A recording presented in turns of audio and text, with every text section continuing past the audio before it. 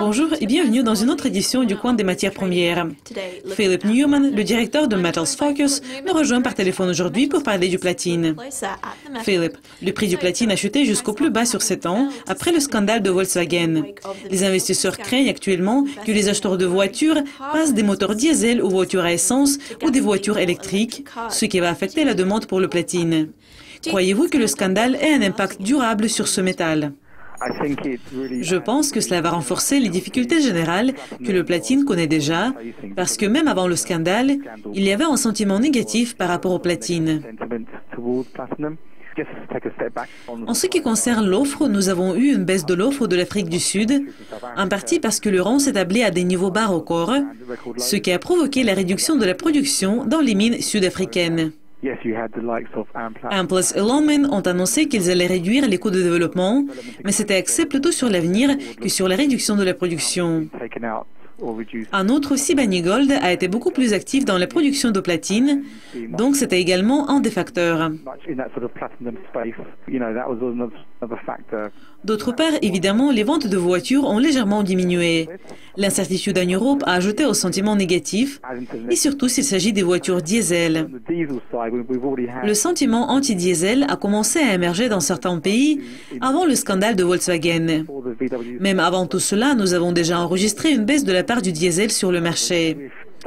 Nous voyons que de plus en plus de petits véhicules à essence arrivent sur le marché et cela affecte les ventes des voitures diesel. Il est important de comprendre que, même dans le marché du diesel, le palladium progresse au détriment du platine.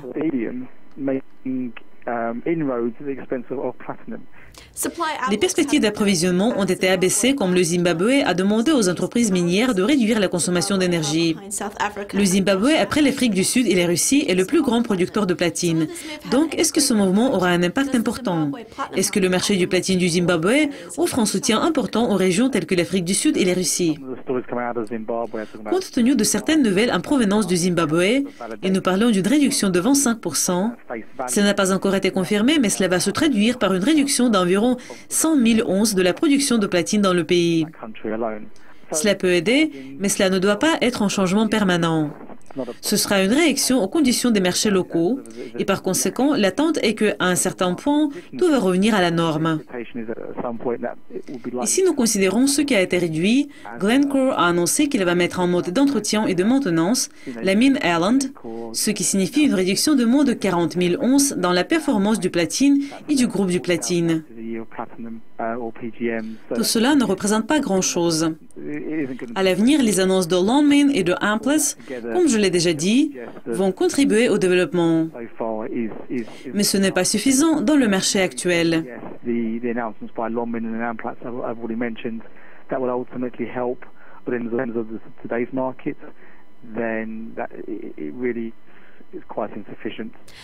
Est-ce que nous allons voir un certain soulagement pour le platine ou cette tendance du sentiment négatif devrait se poursuivre dans l'avenir? Le platine a encore un potentiel de croissance.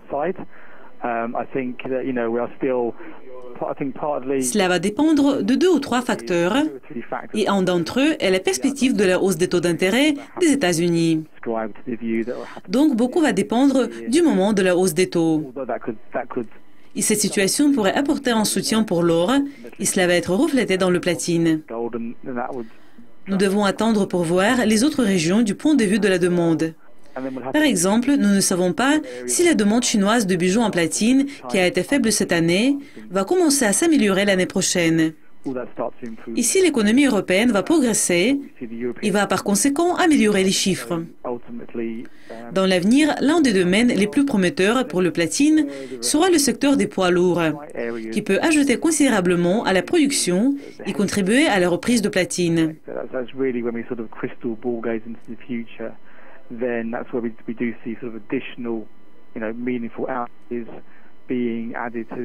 Mais compte tenu de la mauvaise performance de l'or et des baisses des prix que nous avons vues pour l'or, nous pensons que vous devez toujours attendre quelques années pour voir le platine s'échanger à un prix plus élevé que l'or.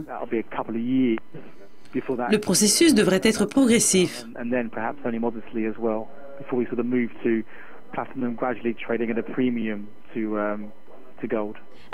Cela conclut une autre édition du Coin des matières premières.